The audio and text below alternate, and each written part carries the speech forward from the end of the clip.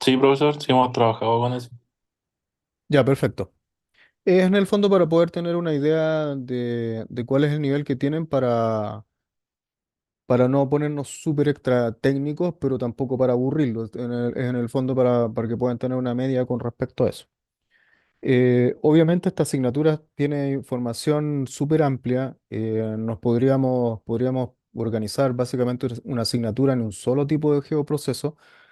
Pero como está súper comprimida, necesitamos abarcar varios tópicos en corto tiempo. Por lo tanto, no va a haber una gran perdón, una gran profundidad en cada uno de esos puntos, pero nos parece que la forma en que los organizamos, para que ustedes puedan sacar el máximo provecho y también revisando los videos de las clases, lo pueden ir revisando si es que algún tema no les quedó muy claro.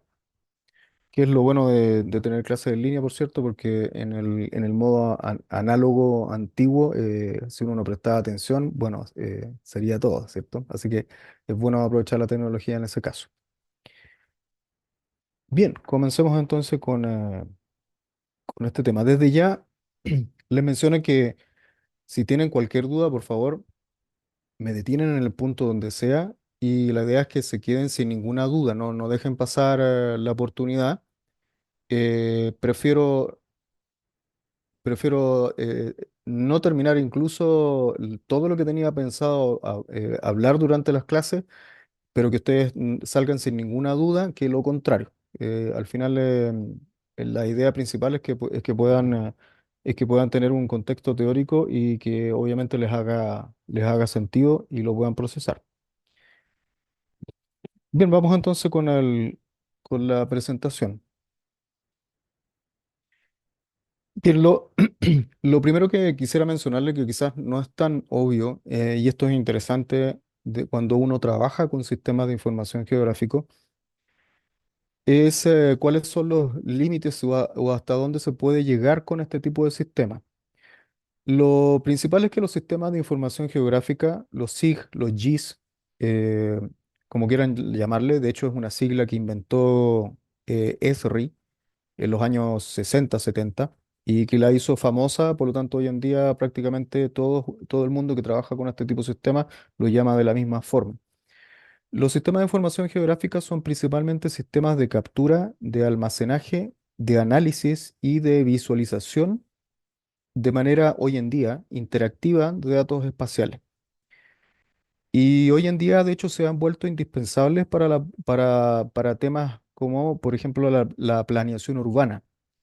Y cada vez más se usan en distintas áreas para poder planificar, prevenir o proyectar, que es una de las cuestiones en las cuales los SIG están actualmente. Los SIG inicialmente estaban enfocados en mapear datos del espacio geográfico y sacar desde estos datos impresiones de mapa, ploteos, ¿cierto? Los cuales, de hecho, como imaginarán, son cuestiones estáticas, es información estática y que tiene cero posibilidad de dinamismo para poder realizar análisis. ¿Qué pasa? Sencillamente cuando uno ploteaba un mapa o un plano, en ese preciso instante la información que contenía este mapa ya estaba completamente desactualizada. Esta realidad hoy en día la verdad que ha cambiado bastante, porque hoy en día podemos contar con sistemas que estén alimentados con datos en tiempo real. Podemos conectar un sistema de información geográfico con un dispositivo móvil y hacer catastros en línea y estar analizando esos datos que están ingresando en tiempo real, por lo que nos podemos adelantar a determinar ciertas problemáticas, incidencias o eventos, ¿cierto? Como por ejemplo catástrofes naturales y otro tipo de eventos de otras índoles. Pero aquí hay una cuestión principal y súper importante. ¿Cómo podemos hacer que realmente un SIG sea un aporte en la planificación o en la toma de decisiones? La verdad que esta pregunta no es sencilla de contestar, eh, porque no basta con recopilar información buena y actualizada del territorio, sino que necesitamos cumplir con una serie de cuestiones aledañas, incluso hasta de toque político en algunos casos, para que los sistemas sean realmente utilizados para planificación. ¿Con qué me refiero? Para que realmente un SIG sea utilizado para la gestión, es necesario resolver varios problemas, como por ejemplo, y una de las principales cuestiones que viene al comienzo, una plataforma tecnológica, ¿cierto? Para que nosotros podamos procesar los datos, evidentemente, y una plataforma tecnológica para que los actores que están encargados de la toma de decisiones tengan acceso transparente a esa información y que la plataforma permita, en este caso, que estos actores puedan realizar análisis ellos por sí mismos, no algo súper procesado y que está en nuestras mentes y con eso una limitancia. Para que esa plataforma a estos actores les permita analizar, modelar, sacar estadísticas, sin ser usuarios técnicos, sin ser cartógrafos, sin ser geomensores, etcétera. Y otro punto es, por supuesto, no considerar desde el punto de vista de las organizaciones, sacarse de encima de que un SIG es solamente gasto, el pago de licencias costosas de software normalmente o de horas de un profesional especialista para esto, sino que también una etapa en los proyectos que curiosamente tiene que ver con vender el proyecto de manera interna en donde nosotros estamos trabajando. Em, para que esta solución llegue a todos los usuarios que tiene que llegar y se haga conocida básicamente y pueda generar, como se dice en sistemas, sinergia para que pueda subsistir en el tiempo. Porque si los usuarios valga la redundancia, no usan el sistema está destinado a morir, principalmente por falta de sinergia. Entonces, em, hay varias variables que están conjugadas dentro para poder tener un éxito en la implementación de este tipo de sistema que no solamente tienen que ver con cuán buenos somos para poder procesar la información, sino que hay una serie de aristas importantes que hay que cubrir. Y todo obviamente para poder presentar un análisis, una plataforma de gestión desde el punto de vista territorial. Por lo tanto, los SIG son súper poderosos, no solamente por lo caro y lo técnico que son, sino porque permiten combinar un montón de información espacial para poder principalmente revelar, ¿sí? Desde el espacio geográfico, ¿qué principalmente?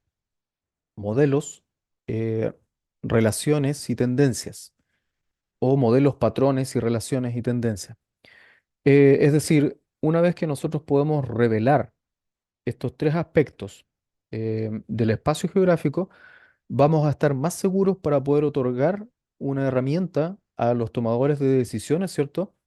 Una herramienta más efectiva para poder gestionar el territorio, para poder planificar el territorio. Y aquí me detengo un poco porque quisiera, de hecho, imprimir en ustedes un aspecto sumamente importante que tiene que ver con el, como les digo, el fracaso, de hecho, en la implementación de los SIC, que pueden ser súper interesantes, pueden ser un real aporte en la institución, la empresa en donde estén desarrollándose, pero pueden no usarse, ¿sí? Como por las razones que les mostré antes. Descubrir los modelos, ¿cierto? Realizar modelos del territorio, vale decir entender cómo está funcionando respecto de ciertas variables. Determinar con esto las relaciones de todos esos objetos que estamos estudiando en el terreno, en la geografía, y con ello determinar tendencias, deberían ser las tres cuestiones principales de un SIG. Son las principales problemáticas que tiene que resolver un SIG, no solamente contar y mostrar datos en un mapa, ¿sí? Por lo que se tiende a pensar y se repite mucho que un SIG está en la etapa o se incorpora en la etapa de toma de decisiones o en el diseño de algún proyecto. Sin embargo, no se le ve comúnmente, por ejemplo, en los proyectos ya ejecutados para poder controlar un proyecto ejecutado en la etapa posterior, ¿cierto?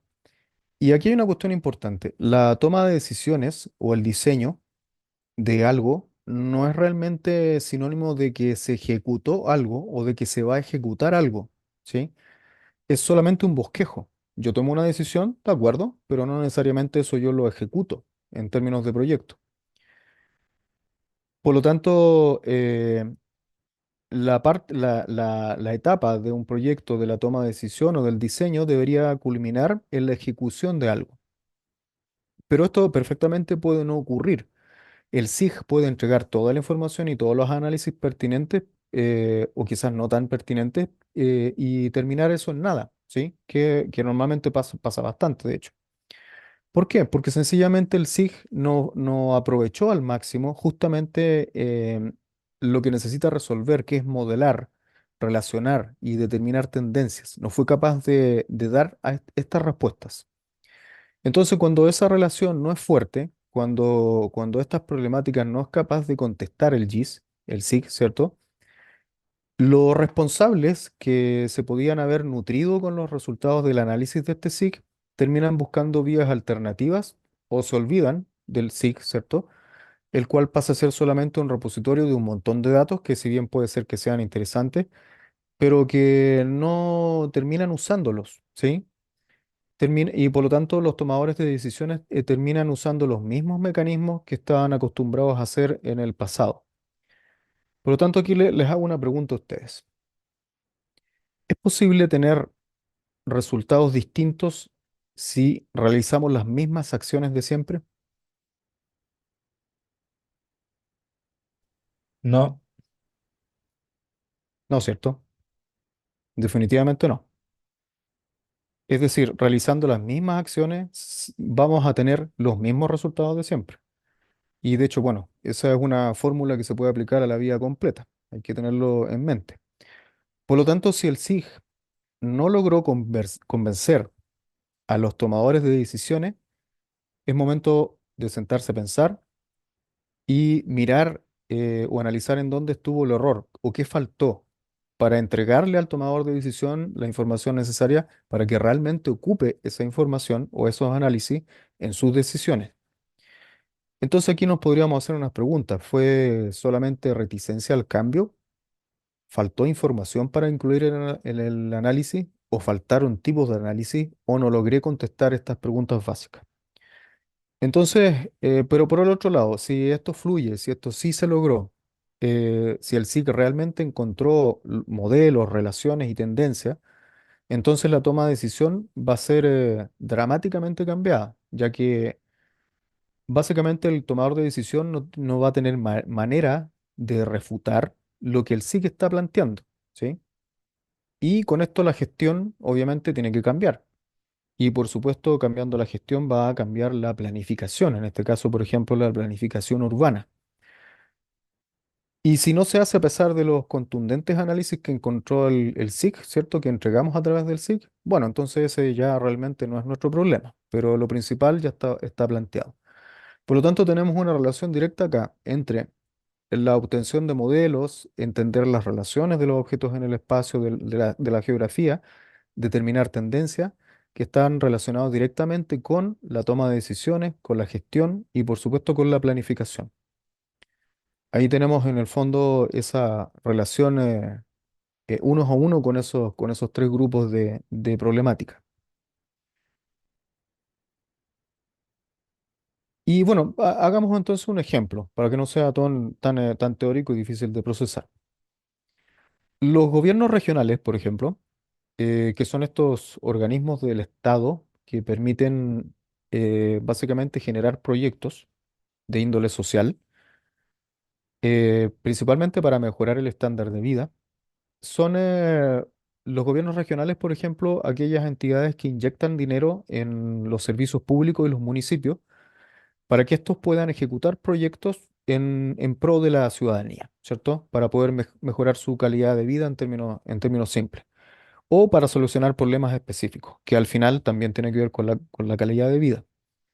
Entonces, supongamos que el gobierno regional de la región metropolitana, en este caso, gastó, no sé, 1.000 millones de pesos en inversión para la creación de áreas verdes en la región.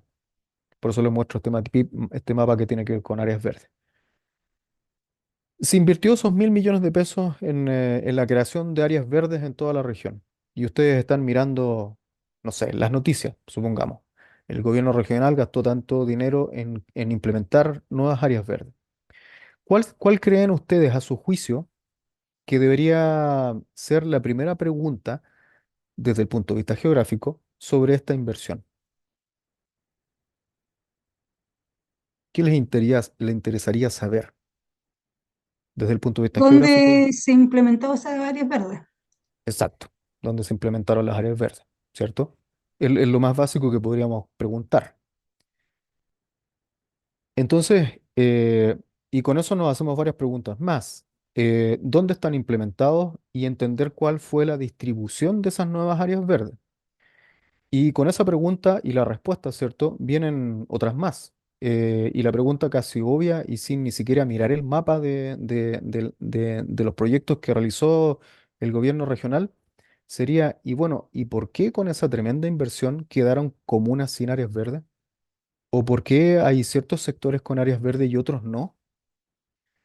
¿Por qué se privilegió a ciertos sectores y a otros no?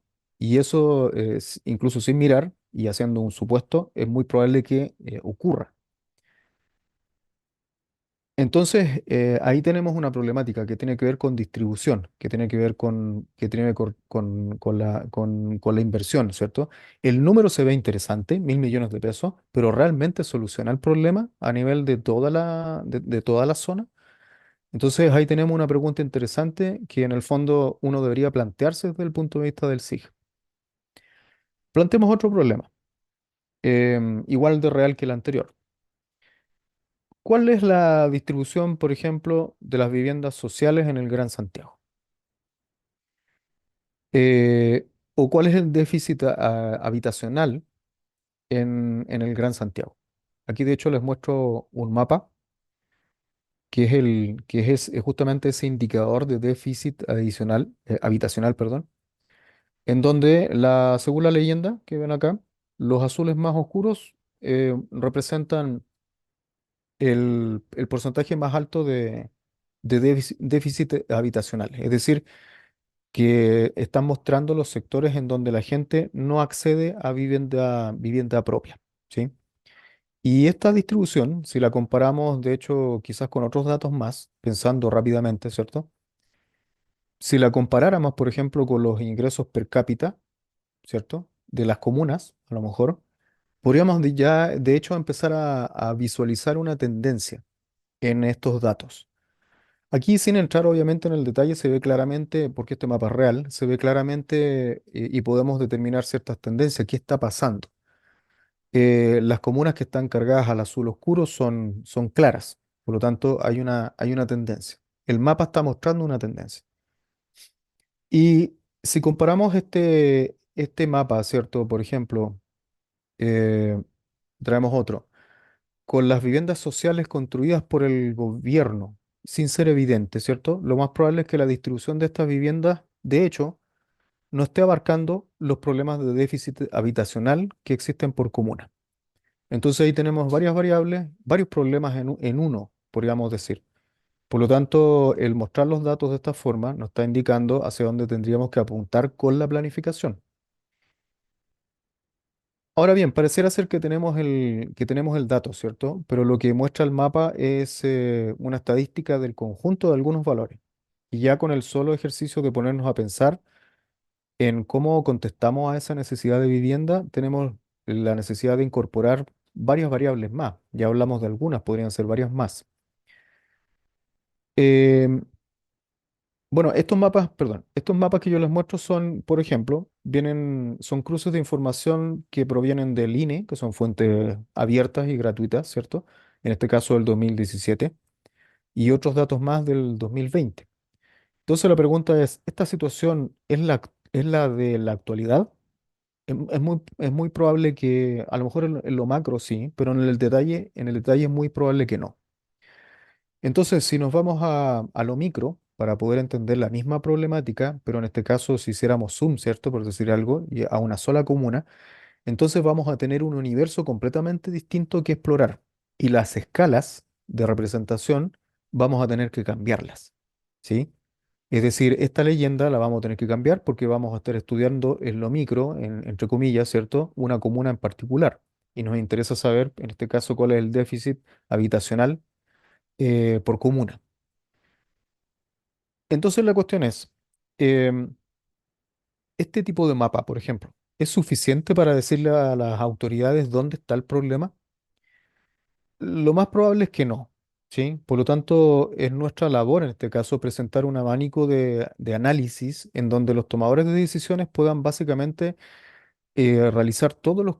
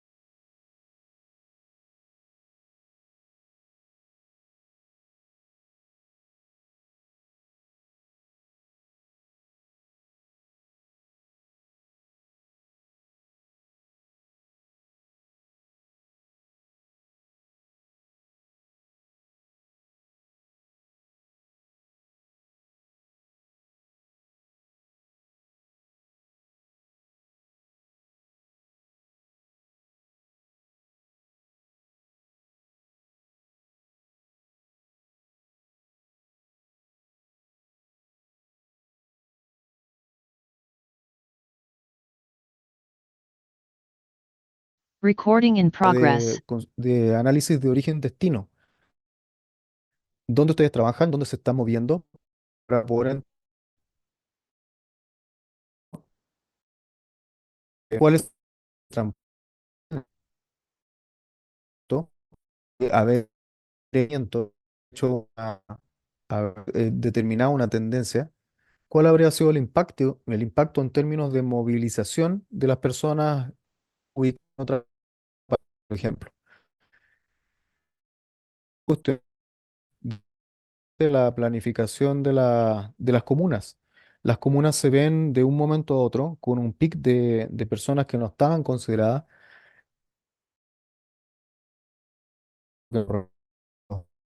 que un hecho solamente en todo planificación, no solamente este, esto ya nos vamos a dar cuenta de que tiene el, de este de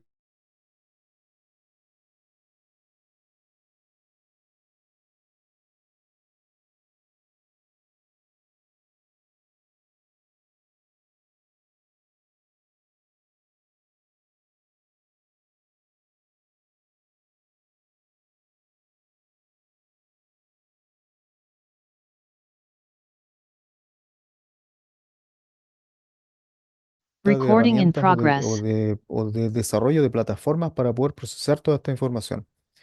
Hoy en día, por ejemplo, Lina está levantando un montón de información del censo, ¿cierto? Que lo hizo esta vez de manera digital. Ellos están recopilando un montón de información. Las fichas de Line las redujeron bastante en el número de preguntas que se hacían. Respecto de las preguntas no me voy a referir, pero siempre hay una tendencia con respecto a esto. Siempre hay una razón de ser de por qué se preguntan ciertas cosas y no otras. Básicamente son los intereses del gobierno de turno, y eso no es ningún misterio, digamos, y no tiene nada que ver con confabulación ni nada por el estilo, pero es una realidad. Por lo tanto, toda esta información que está procesando el INE es una fuente de datos súper importante y rica para los planificadores.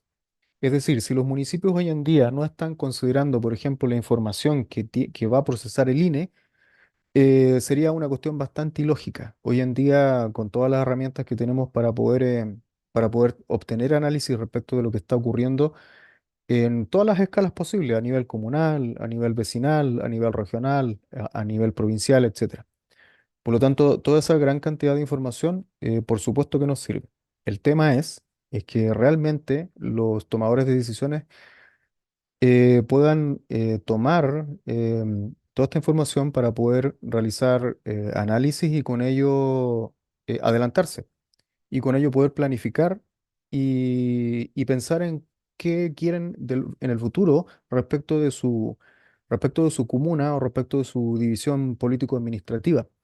Porque eso es básicamente, si no nos preocupamos de cómo queremos que las cosas sean en el futuro, la verdad que vamos a ir bastante mal. Bien, les pregunto si hasta aquí tienen alguna consulta o algún comentario.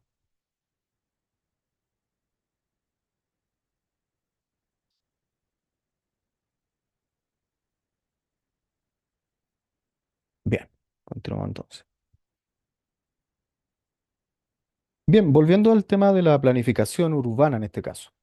eh, y mencionando todos los aspectos que les dije recientemente. A su juicio, ¿por qué piensan o por qué creen que los SIG en este caso son importantes para la planificación? En términos simples, obviamente, o generales.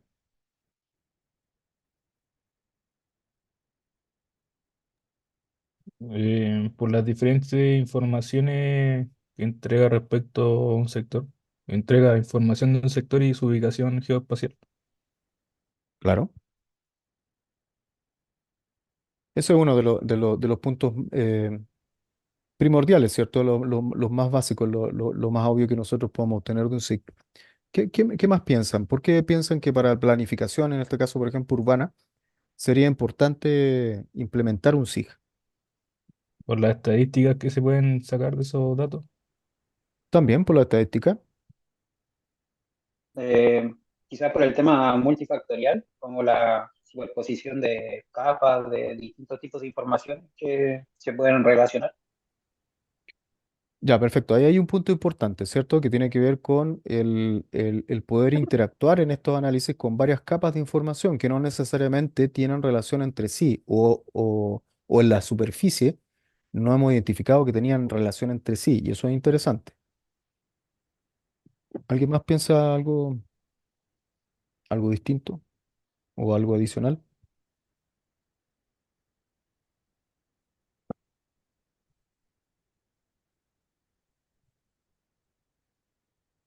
Bien, la respuesta respecto de por qué son importantes los SIG para la planificación, la verdad que también está intrínseca en la pregunta, porque la planificación urbana tiene que ver con el espacio geográfico, por lo tanto con los lugares, ¿cierto? Con el territorio. Es decir, planificación urbana, ¿cómo puedo organizar la ciudad de mejor forma?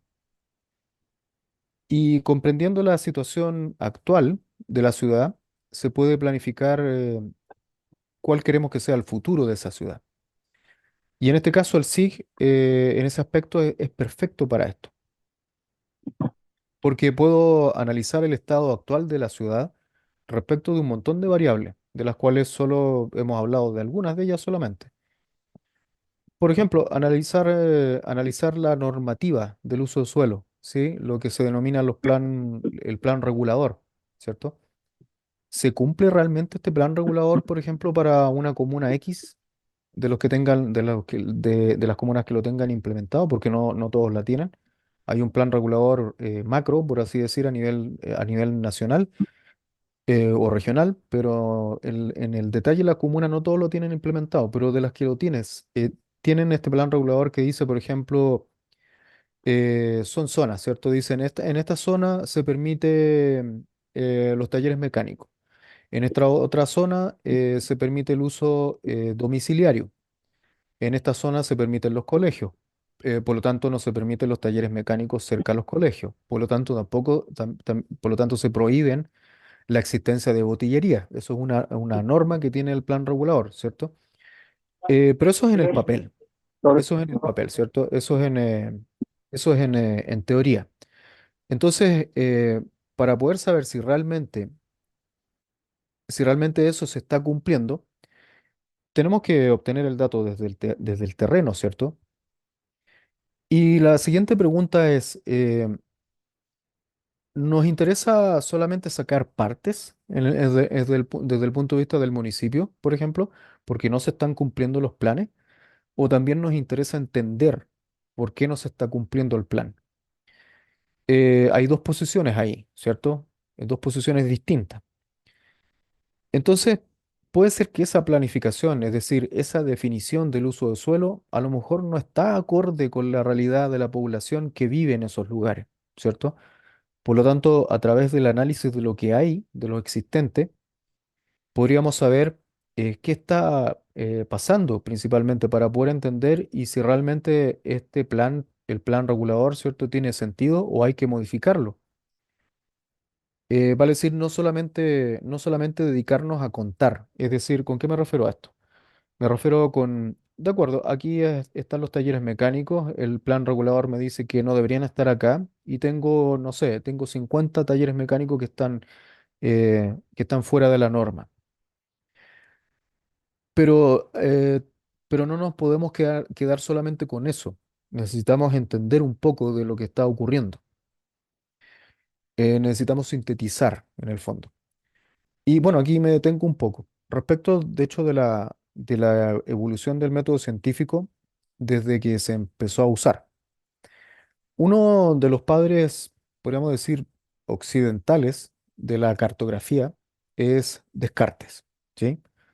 Y digo occidentales porque se tiende a pensar, de hecho, que fue el primer cartógrafo. Y bueno, esto según los occidentales, porque la verdad es que no.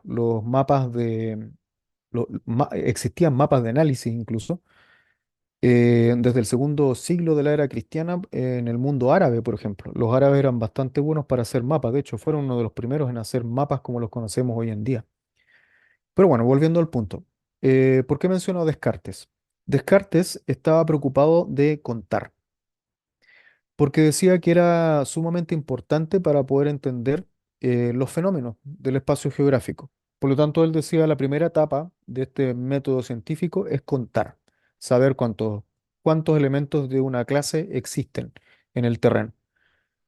Y con eso él podía entender ciertas cosas. Pero lo cierto es que Descartes corresponde a un estadio del pensamiento científico muy inicial, en donde efectivamente lo importante era saber cuánto hay, pero no precisamente entender ni menos sintetizar, ¿sí? Y la verdad es que hoy en día, con el dinamismo que tienen las ciudades, con lo complejo que son las ciudades y con lo complejo que se ha vuelto la vida últimamente en términos de cómo nos desarrollamos, no basta solamente con el contar, necesitamos, aparte, necesitamos entender por qué están ocurriendo ciertas cosas. Por lo tanto, no basta solamente con hacer un gran censo de personas y saber cuánto, por ejemplo, cada uno gana anualmente y dónde están. Necesitamos entender por qué ocurren ciertas situaciones para poder mejorar los problemas que están inherentes a eso. Por lo tanto, no basta con tener un mapa bonito de la población de Chile, indicando, por ejemplo, cuántos hombres y cuántas mujeres hay y cuánto ganan cada uno, y después enfadarnos a lo mejor por las cifras de la realidad, ¿cierto? Lo que necesitamos es entender por qué ocurren estas cosas y en ciertos territorios, porque de hecho pareciera ser que todo tiene relación con el territorio. Entonces, por lo tanto, cada vez que tenemos más información y tenemos estas posibilidades de análisis de la variable de estudio, obviamente las decisiones van a ser mucho más precisas y con eso vamos a tener un futuro con más certezas que incertidumbre, ¿cierto? Y obviamente con menos dolores de cabeza también. Aquí les coloco un ejemplo, quizás no tiene nada que ver con el territorio, quizás sí, de hecho sí lo tiene. Si alguno de ustedes conoció los Blockbuster, que eran estas tiendas estos como especie de supermercados de arriendo de películas. Si ellos hubieran gastado mejor su tiempo analizando qué estaba pasando con el mercado del arriendo de las películas, por qué, por ejemplo, estaban perdiendo tanto dinero con personas que no devolvían la película, y hubieran escuchado al creador de Netflix con más atención, hoy en día seguirían siendo millonarios, pero la realidad es que hoy Blockbuster no existe y Netflix sigue siendo la plataforma más usada para ver películas.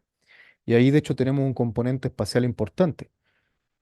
¿Por qué se los menciono? Porque las personas les da una lata enorme ir a buscar la película e ir a dejar la película de vuelta. Por lo tanto, o no llegaban nunca más con la película de vuelta, o realmente no arrendaban porque se dieron cuenta que en internet podían descargar una película, a lo mejor que no se veía tan bien, pero la podían descargar y lo podían hacer en la comodidad de su casa. Por lo tanto, ahí efectivamente hay una variable territorial que Blockbuster seguramente no investigó, ni tampoco le interesó. Y bueno, ahí hay consecuencias con respecto a eso. Por lo tanto, las implicancias son bastante grandes. Hoy en día, ¿qué pasa, por ejemplo, con los sistemas los sistemas, por ejemplo, de taxis, ¿cierto? Con los Uber, Didi, etcétera. Uber ni Didi son una empresa de cartografía, ¿sí? Sin embargo, su negocio se basa en cartografía. Si no tuvieran cartografía, sería imposible para ellos desarrollar su negocio. Así como, por ejemplo, el Waze, si alguno de ustedes ha ocupado el Waze para calcular rutas, ¿cierto? El negocio de Waze no es generar cartografía. El negocio de Waze está colocado en la publicidad que tiene dentro del sistema. Quien genera la cartografía, de hecho, es Google, que son consumidos por un montón de plataformas. Por lo tanto, ahí tenemos en el fondo una cuestión súper importante. Sin cartografía digital hay un montón de cuestiones que hoy en día sería imposible realizar. Por ejemplo, la planificación de las rutas óptimas de los sistemas de flotas, por ejemplo, de transporte de valores. o todo lo que tiene que ver con logística. Básicamente se hace a través de cartografía digital con algoritmos que son súper complejos y que cada vez se les agrega más inteligencia para poder mejorar el transporte, dado que una de las problemáticas que tienen las ciudades en las cuales no hay solución hasta el día de hoy es el tráfico. No existe una solución para el tráfico hoy en día. Son todas medidas paliativas. El incremento del parque automotriz, ¿cierto? Hace colapsar todas las ciudades y esto es una realidad que no ha sido resuelta hasta el día de hoy. Eh, por lo tanto, la cartografía se hace súper imprescindible para poder resolver todo este tipo de problemáticas. Y esas problemáticas, de hecho, se resuelven específicamente con modelamiento. Por lo tanto, es una cuestión en la cual no solamente los geógrafos y los geomensores y los cartógrafos se han preocupado de resolver durante todo este tiempo, sino que también se han incorporado a estas problemáticas ingenieros informáticos y una serie de profesionales bien específicos para poder resolver una cuestión particular.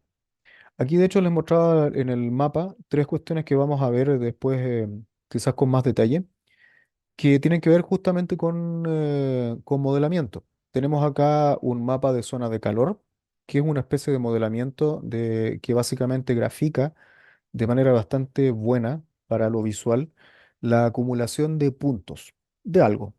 Por lo tanto, se genera una especie de raster, en lo cual me muestra una zona de calor, de concentración de algún evento. Puede ser cualquier cosa. Supongamos podrían ser puntos de criminalidad. Por lo tanto, aquí automáticamente un tomador de decisión podría ver, ¿es cierto? Se puede dar cuenta visualmente cuáles son las concentraciones, por lo tanto, dónde tiene que realizar los cambios pertinentes para poder atacar esa criminalidad.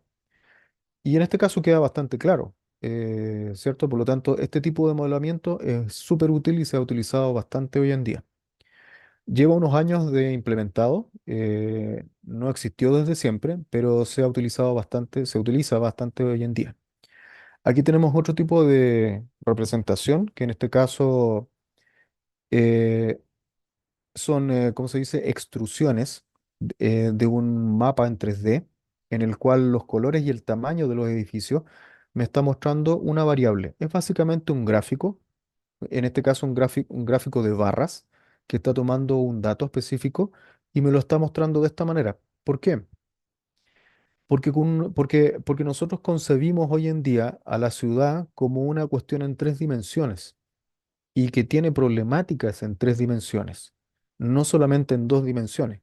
Por lo tanto, poder reflejar datos para poder analizar el entorno geográfico, en este caso de la ciudad, de esta manera, la verdad que presenta una plataforma en la cual se pueden obtener análisis súper interesantes y súper importantes que quizás con un modelo en 2D no sería tan fácil de hacer. Acá tenemos otro ejemplo que es más o menos lo mismo, ¿cierto? En el fondo de cómo puedo extruir en tres dimensiones un polígono, en este caso, ¿cierto?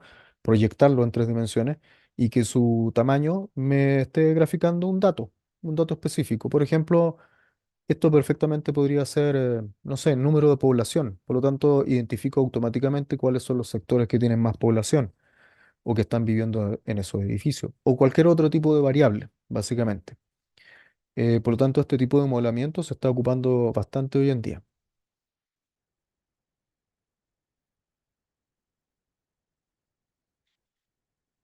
Bien, aquí tenemos un modelo que tiene que ver con solucionar problemáticas, ¿cierto? Esto es básicamente una estructura para una estructura de, en este caso, de un GIS, como se están utilizando hoy en día. ¿Cómo está estructurado este sistema? Principalmente tenemos fuentes de datos que tienen que ingresarse y georreferenciarse para poder ser almacenados en una base de datos. En este caso, como dice el ejemplo, una base de datos de clientes, de personas, ¿cierto? Etcétera. Puede ser cualquier cosa. Pero básicamente voy a terreno, levanto datos, los coloco dentro de una base de datos. Aquí viene una cuestión importante de cómo se han desarrollado las cosas en el último tiempo. Em, el otro día se presentó acá Google Maps API, que son los que desarrollan, ¿cierto? Las aplicaciones. y que tienen un montón de aplicaciones súper interesantes para resolver problemáticas generales o específicas. Ellos generan cartografía, ¿cierto? Tienen cartografía de todo el mundo, son los que le provee la cartografía a Waze, ¿sí? Y Waze con su propia metodología, ¿cierto? Tiene un motor para poder calcular rutas óptimas. Ese es su negocio, digamos. Google Maps necesita actualizar la cartografía constantemente. Y constantemente me refiero a la cartografía de todo el mundo que ha levantado, porque en Chile tienen básicamente la cartografía del 99% quizás de las zonas urbanas al menos, levantada. Entonces, aquí hay una pregunta interesante. ¿Cuánta gente se necesita para actualizar, por ejemplo, una comuna en términos de cartografía? Es difícil contestar esa pregunta, pero sin duda que para poder levantar la comuna completa y estar pendiente de los cambios de sentido de tránsito, de una calle que se cerró, una calle que se abrió, de nuevas calles, etcétera, es un contingente de gente importante, ¿sí? Em, en la reunión esta informativa de Google Maps, indicaron de que ellos procesaban peticiones de cambio de vías, alrededor de 10 millones de peticiones diarias. 10 millones de peticiones de cambio de sentido de tránsito, de que una calle se cerró, de que una calle no está transitable, etcétera. 10 millones de procesamientos diarios definitivamente no lo hacen, a lo mejor sí tienen un ejército de personas que están procesando, pero en general tienen una mecánica para capturar el dato que se hace de manera colaborativa.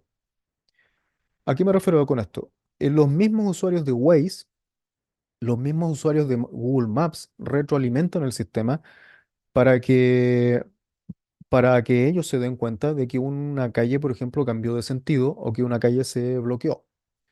No es que manden tropas y tropas de personas a terreno y que estén recorriendo las calles de todo el mundo todo el día, sería absolutamente imposible.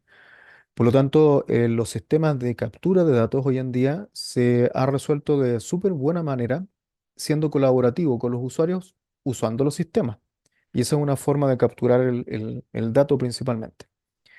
Bien, entonces toda esta información va a parar a una base de datos, ¿cierto?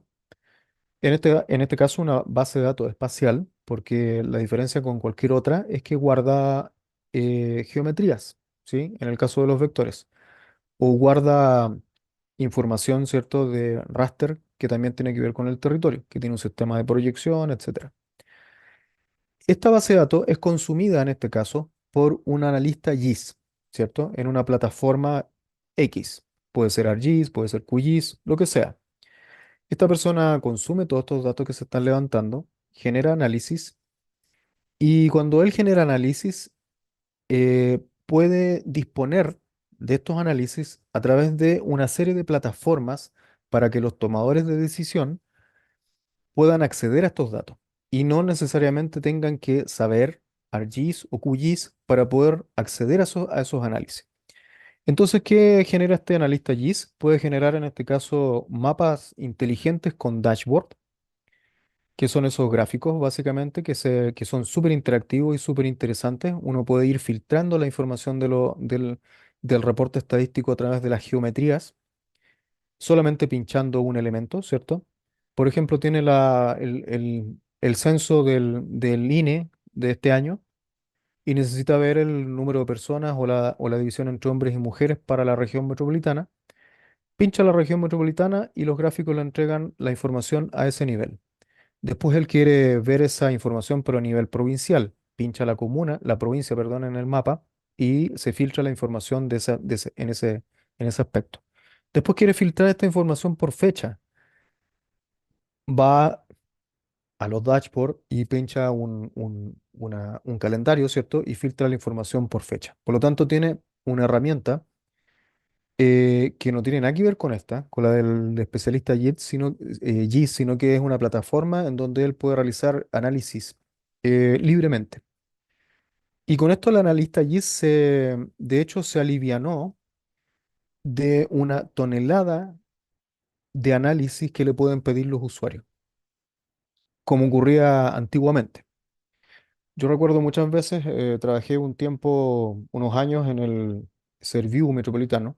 Estaba a cargo del GIS, eh, del Departamento de Pavimentación, justamente. Es decir, mis contrapartes eran ingenieros civiles en general, que estaban revisando obras, aprobando obras, viendo las obras ejecutadas, etcétera. Me pedían todo el tiempo análisis. ¿Cómo va el avance de esta obra tanto? Oye, ¿cuál es la característica geográfica de la obra que se va a construir en tal lugar? Entonces yo pasaba básicamente todo el día generando mapas y mapas y mapas. La cantidad de papel que gasté en ese tiempo debe haber sido bastante importante. Si yo hubiera tenido en ese tiempo una herramienta como de este estilo, la verdad que no solamente habría contestado a todo el servicio completo sin ningún problema, sino que aparte de seguro la gestión habría mejorado bastante por el tipo de análisis que se puede realizar con lo que tenemos hoy en día con este tipo de plataforma. Por lo tanto, es un modo de presentar los datos de manera muy interactiva. Vamos a ver si les muestro algunos ejemplos ahí en vivo. Voy a buscar algunas páginas para para que podamos ver esto. Em, desde el software, en el fondo de escritorio, ¿cierto? Se generan estas salidas gráficas. La generación de mapas típicos, ¿cierto? La reportería en cuanto a los datos que tienen asociados estos vectores o estos datos. Y en general, un montón de mecánicas que me permiten acceder de manera fácil a toda esta información. Aquí, por ejemplo, está este Open Data Hub, que si mal no recuerdo es de Esri, que lo que permite es básicamente tomar los datos que están acá y publicarlos en un mapa. Eso es literalmente. Para que alguien pueda hacer consultas, a lo mejor básicas, a lo mejor súper específicas, pero básicamente están abiertas para un usuario que no es técnico. Y eso es la segunda parte que les quería mencionar de la importancia de la implementación de los SIG, de los GIS, porque si la información se queda solamente en el equipo del especialista, difícilmente se le va a sacar todo el provecho a esa información, porque es información súper específica, ¿cierto? Que se encuentra, que está siendo procesada por un software específico. Por lo tanto, esta forma de publicar los datos a través de estas plataformas, como le llamamos, livianas, a través de la web, solucionan un montón de problemas con respecto a cómo responde el analista para estos usuarios. Por lo tanto, esta es una arquitectura típica de cómo se consideran hoy en día los sistemas de información geográfica, o al menos hacia eso está tendiendo. No todos lo tienen, obviamente, pero hacia eso está tendiendo en el fondo. No sé si tienen alguna duda hasta aquí,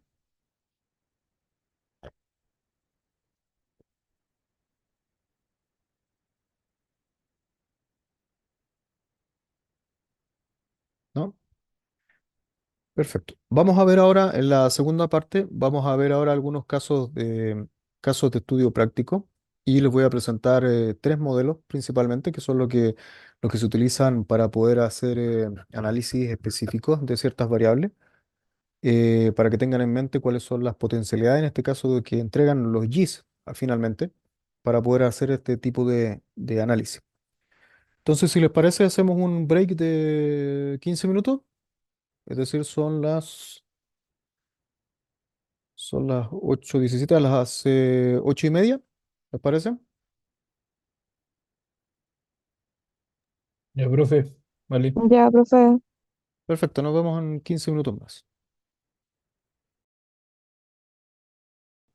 Ya, perfecto. Bien, continuamos entonces.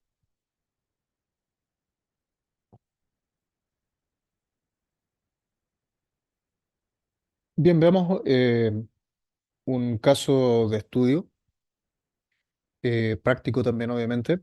Dice lo siguiente: en base a información censal y otros datos asociados, se caracterizarán los hogares de una ciudad para poder determinar aquellos con mayor potencial para una oferta específica. Esa, digamos, es la problemática. La metodología en este caso se aplica una metodología basada en análisis estadístico combinada con mapeo espacial.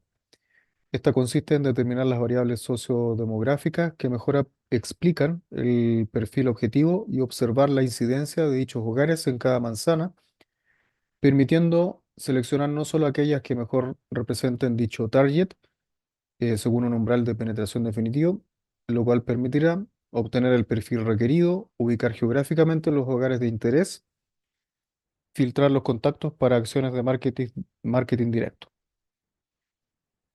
Entonces esas son, digamos, la problemática. Es decir, en base a la información censal, se necesita caracterizar los hogares para poder definir tres cuestiones principales en términos de campaña de marketing. Lo primero es obtener el perfil, ¿cierto? El perfil de los hogares para poder ofrecer tal cosa. Después es ubicar geográficamente esos hogares y filtrar ciertos contactos, en este caso ciertos hogares, para poder realizar un trabajo de marketing directo. Esto sería una pregunta típica de un call center, de una, de una empresa a lo mejor de seguros, ¿cierto? Todo ese tipo de cosas. Esta es la información en el fondo que se tiene. En este caso son las manzanas INE de una, de un sector, de una comuna en particular. No recuerdo específicamente qué lugar es, pero da la impresión de que es la región metropolitana. Pero en el fondo este es el target. En el fondo se necesita determinar, perfilar los hogares en términos socioeconómicos para poder acudir a ellos con una campaña de marketing y la cual se enfoque no en todos los hogares porque es imposible cubrirlos todos, sino que en algunos específicos.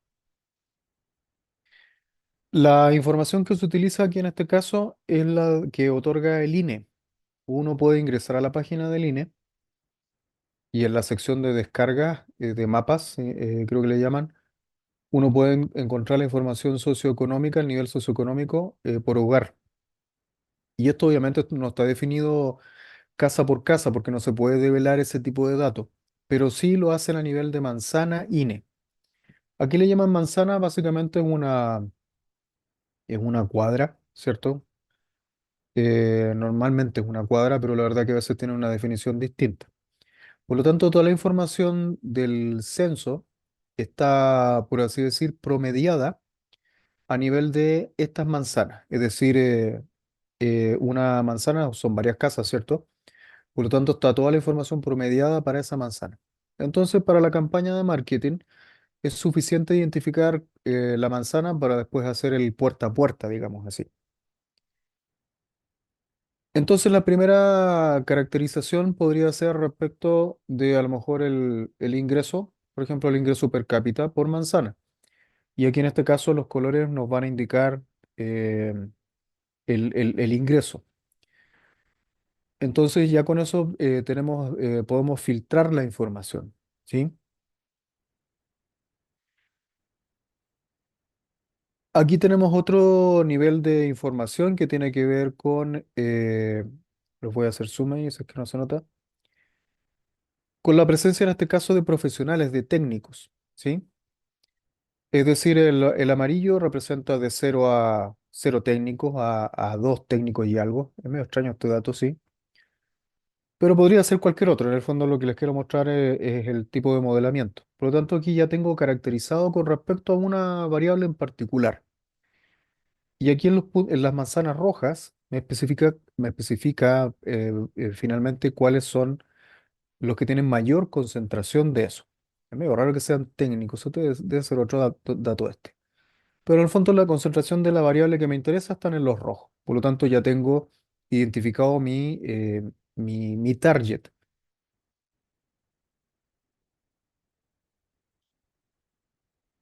Después se ocupa en el fondo una calculadora, que en este caso es una SQL. Básicamente lo que se hace, un SQL es un lenguaje estándar para poder hacerle consultas a una base de datos, realizarle consultas o realizar análisis o realizar incluso trabajos de edición de una base de datos. Y aquí está haciendo básicamente una operación. Está diciendo que el campo que se llama GSE, que debe ser un código, no lo recuerdo bien, del INE, A tiene que ver con nivel socioeconómico, que el GC sea igual a ABC1 o que el mismo campo sea igual a C2 o que sea igual a C3 y que además se sume a que los técnicos en este caso sean mayor o igual a 30. Esto es un operador lógico, ¿cierto? Está diciendo que me interesan los ABC1, los C2 y los C3, pero que además de esa característica, que el nivel de técnico sea mayor de 30. Me parece que estas son las edades, no estoy seguro. Mayor o igual a 30. Por lo tanto, se seleccionan básicamente los polígonos que cumplen con esa condición. Y ese es el resultado. Por lo tanto, ahí ya cumplí con la primera etapa que tenía, con la tercera pregunta, que en el fondo tenía que ver con determinar cuáles son las manzanas que cumplen con ciertas características, en este caso del nivel socioeconómico, ¿cierto? Para poder individualizarlas y poder ir a visitarlas a terreno para esta campaña de marketing específico.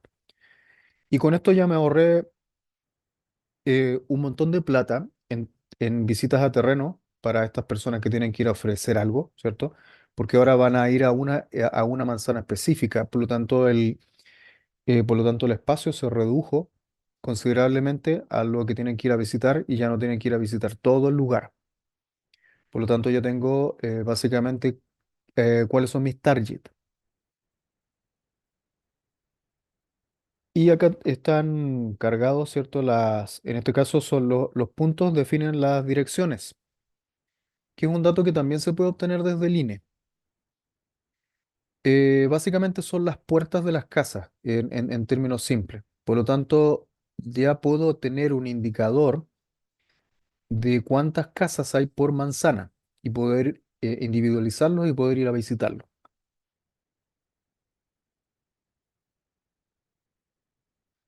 Entonces, ¿qué es lo que me falta por hacer? Necesito individualizar cuáles son realmente las direcciones que voy a ir a visitar de todo ese conjunto que estaba acá. Aquí tengo todas las direcciones, por lo tanto, en base a solamente los polígonos que son verdes, se realiza en este caso una selección eh, de tipo geográfica, en este caso una especie de un geoproceso. Es decir, seleccióname todos los puntos, que en este caso corresponden a las direcciones de las casas, seleccióname todos los puntos que están contenidos dentro de los polígonos verdes. Y esa es la selección. Y con esto puedo obtener en el fondo un listado con todas esas direcciones a las cuales voy a generar esta campaña de marketing. Entonces, de un total, pude reducir bastante, en este caso, el target del objetivo planteado al comienzo. Y aquí tengo el listado. Entonces, finalmente se filtran, vale decir, se segmentan en este caso, de un total del 100%, filtro los registros que me interesaban. ¿Con qué datos? Con el nombre de la persona, con su dirección, ¿cierto? Y con un número de teléfono. Y por último, se verifican los contactos filtrados con información dura de las personas, en este caso, tenencia de bienes a su nombre, cuenta corriente, etcétera, para poder evitar que la forma de trabajar con umbrales estadísticos se incorporen contactos que puedan no ser de interés. Es decir, aparte de esto, se genera una campaña para poder saber efectivamente cuáles son los que cuentan con las condiciones que yo requiero para esta campaña de marketing y elimino de la estadística a todos aquellos que pudieran estar fuera de esa selección, porque recuerden que estábamos hablando acá de manzanas completas. Y en una manzana perfectamente podría haber una persona que tuviera ingresos súper altos versus otra en la misma manzana que no. Y la estadística me está diciendo que en el fondo todos tienen esa característica. Por lo tanto, a través de esta campaña de teléfono, sencillamente del puerta a puerta, puedo minimizar aún más el volumen de direcciones a las cuales voy a consultar. No sé si les queda más o menos claro ese ejemplo.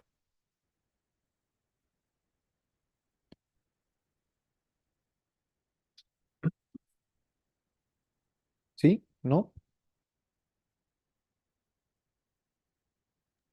Está claro, profesor. Perfecto. Son las típicas selecciones que uno hace en un SIG.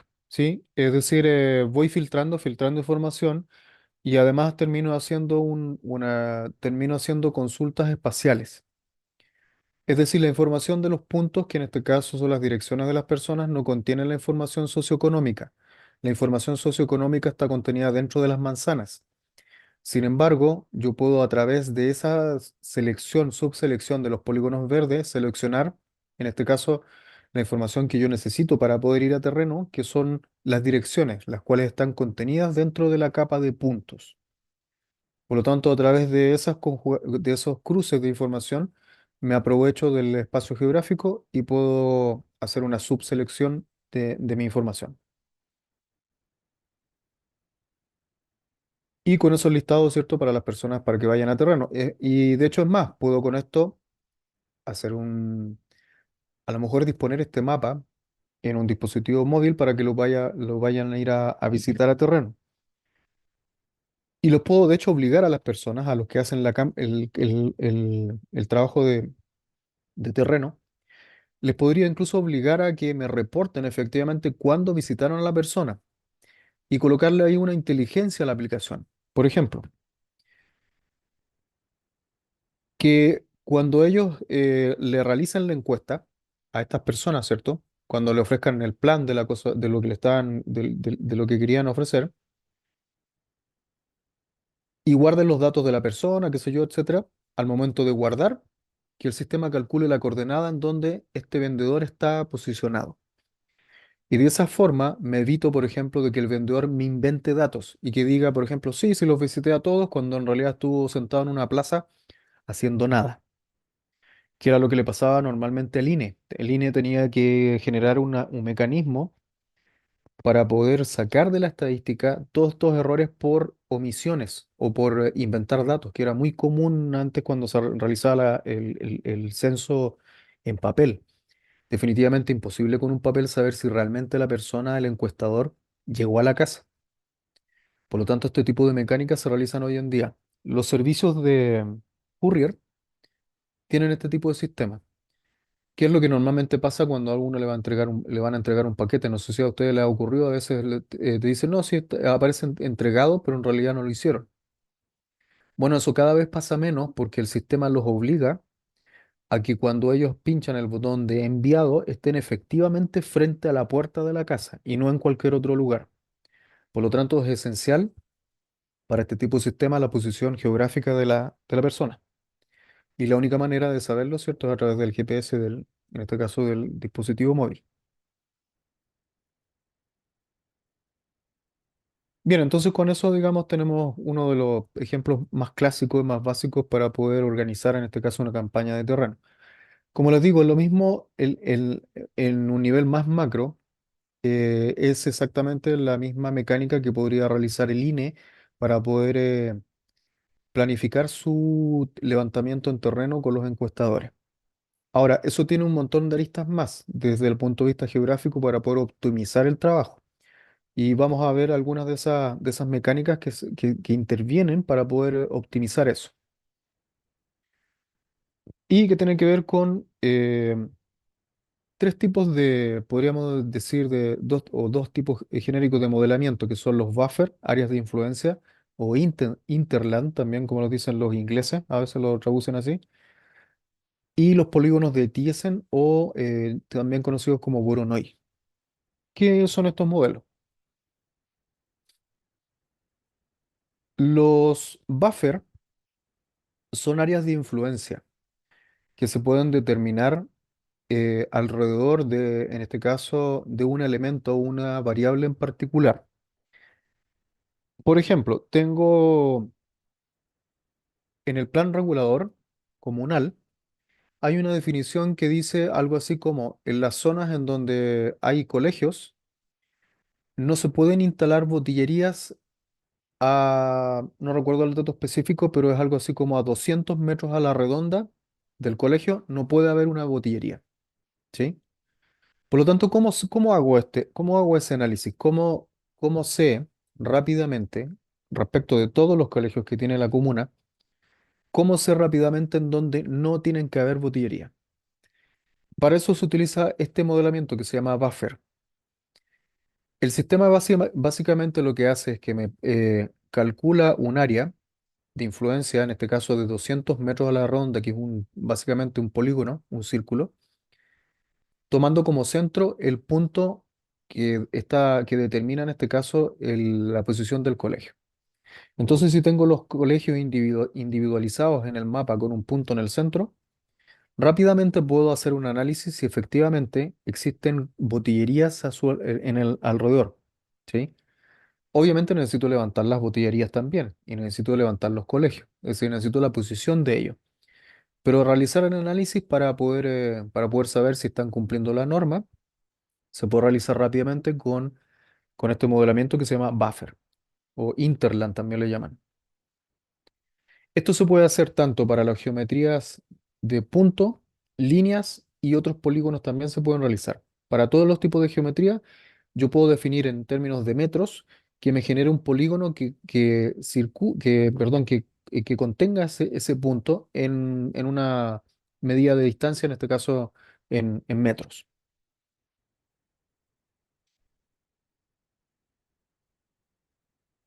Eh, otro aspecto son los polígonos perdón, antes de pasar al siguiente. No sé si les quedó más o menos claro esa definición. Sí, profesor. Perfecto.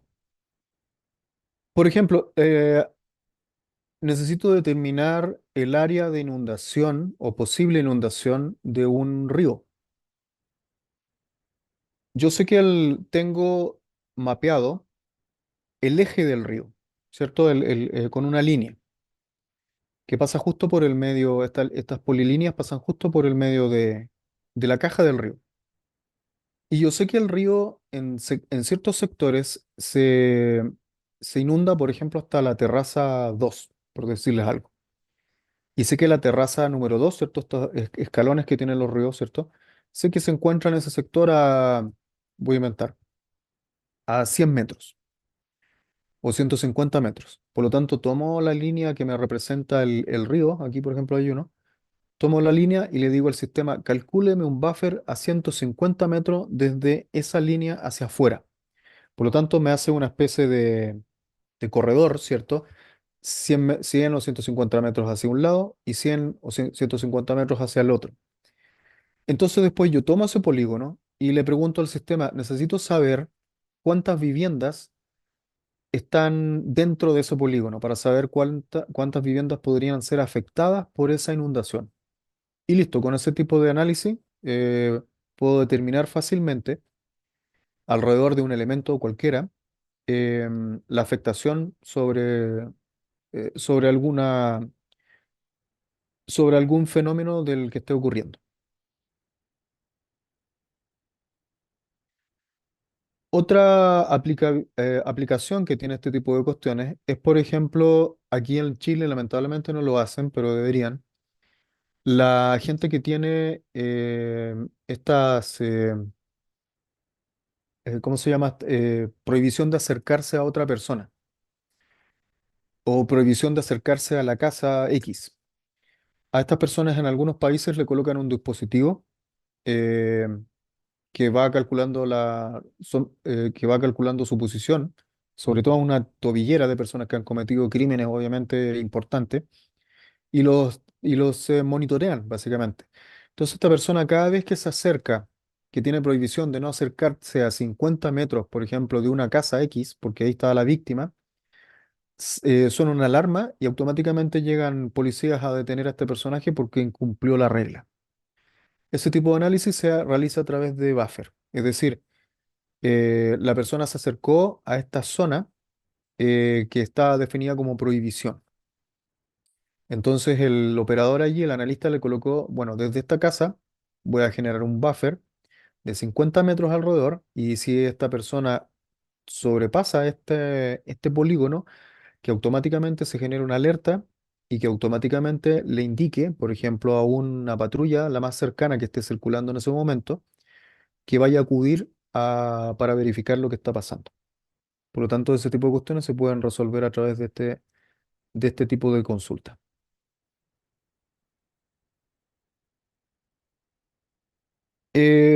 Otro tipo de análisis que tiene que ver con proximidad son las áreas o zonas que se llaman de Thiessen o Voronoi. ¿Qué son estas áreas? Son básicamente polígonos que cubren normalmente puntos para poder distribuir homogéneamente la superficie que hay entre uno y otro.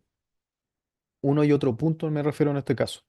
La solución, en este caso, la solución matemática perfecta es con respecto a los hexágonos. Si se fijan acá, obviamente estos puntos son equidistantes, es decir, están a la misma distancia uno de otro. Y la solución para cubrirlos con polígonos que también que tengan la misma superficie, en este caso son hexágonos. Esta es la solución matemática perfecta, pero la realidad es bastante distinta.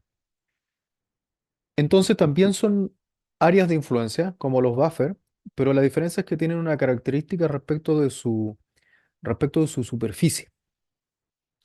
Entonces, son definidos matemáticamente, en este caso por las bisectrices de las líneas entre todos los puntos, que serían como esta solución que muestro acá.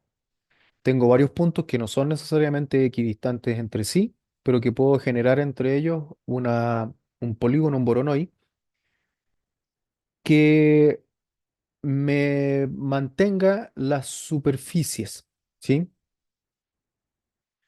Hay varias formas matemáticas. Hay algunos que mantienen las superficies, por lo tanto el número de lados es distinto, y hay otros que prefieren mantener el número de vértices. En este caso están resueltos siempre de a 6 vértices y la superficie no les importa. Es básicamente encerrar a los puntos a través de un hexágono. ¿Cuál es la aplicación de esto? O bueno, ¿cuál es la definición matemática? En este caso es generar círculos cuyo centro es el punto en cuestión y en la intersección de ellos se generan estas directrices, estos vectores que generan los polígonos, en este caso los polígonos de Thiessen. Eso en términos matemáticos, digamos.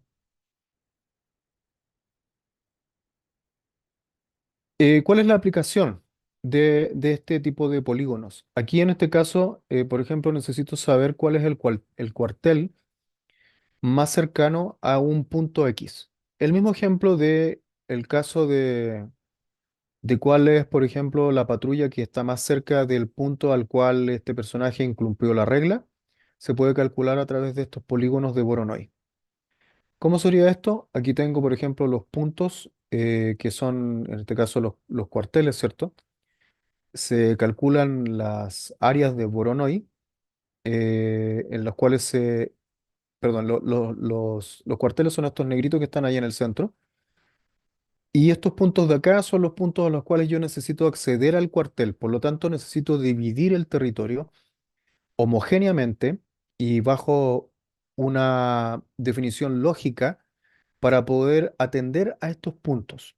¿Sí? No sé si me explico. En el fondo, haciendo estos polígonos de Voronoi, me doy cuenta de que lógicamente, a través de esta definición de área, esta tenencia tiene que atender estos puntos que están acá. Esta tenencia de acá puede atender los que están acá y esta de acá a los de acá, etcétera. En el fondo por distribución, en este caso de geográfica. Y esto es una solución bastante interesante, bastante importante, porque, por ejemplo, con este tipo de problemática se repite para un montón de cosas. Por ejemplo, los bomberos a quienes tienen que atender, qué zonas tienen que atender los bomberos. Por lo tanto, yo le paso los cuarteles de los bomberos y los puntos que tiene que atender y le digo que calcule esto de acuerdo a una mecánica específica.